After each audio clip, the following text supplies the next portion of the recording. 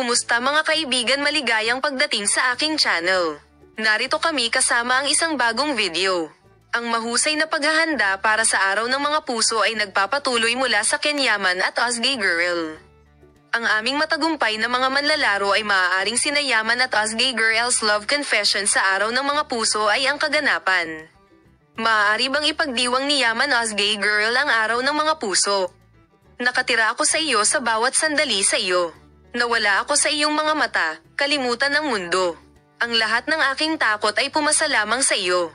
Ang lahat ay maganda sa iyo, kasama mo ang lahat ay titigil kapag ang totoong punto ay ngumiti sa akin. Ang buong mundo ay umiikot sa iyo. Ibalot mo ang bawat sandali kasama ang pag-ibig.